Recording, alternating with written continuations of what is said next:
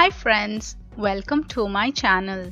Today I'm sharing with you a very healthy idli recipe that's made with just 2 ingredients. With no rice added, these idlis remain soft for a long time. If you enjoyed today's video, please don't forget to like, subscribe, share and comment. Let's see how to make these delicious moong idlis. We are going to take 1 cup of whole green moong and we are going to take 2 separate bowls and 1 cup of split urad dal.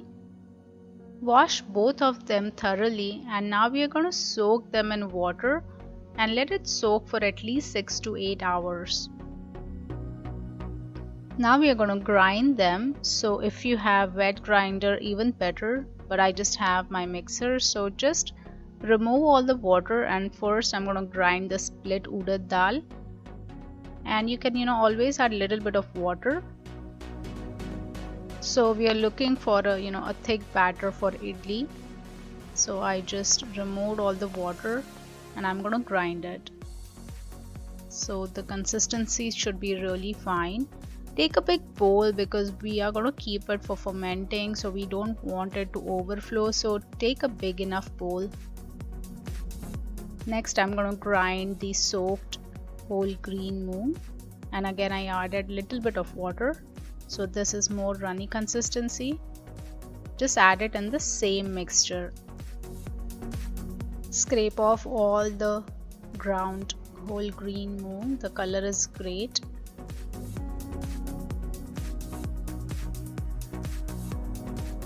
Now comes the main step, and that's we want to mix both the urad dal and the whole green moong really well. So take your time and mix it really well, at least for 2 to 3 minutes.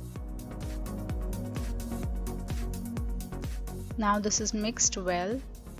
We are going to let this ferment for 6 to 8 hours. So I'll keep it in a warm place. The next day, this is how it looks. Look at that, it's really fermented very well.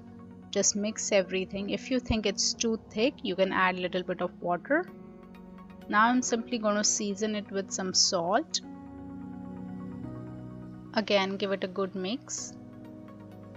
And now we are pretty much ready to start making idlis. So take your idli stand and I'm going to just grease it a little bit with some oil spray. The reason to grease is basically, we don't want the idlis to stick, and since these don't have any rice added, they definitely can stick a bit. So always, grease it with some ghee or a butter or oil. Now start adding the idli batter. With this proportion, you should be able to make 40 to 45 small size idlis.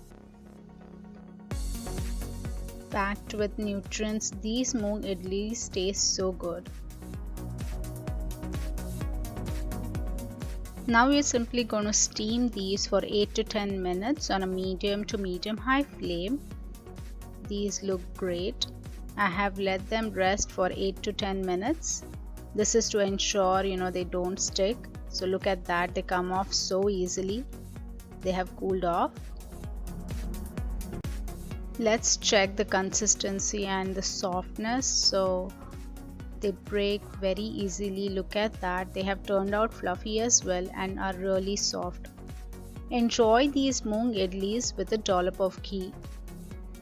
If you've enjoyed today's recipe, please don't forget to share your valuable feedback. Have a great day.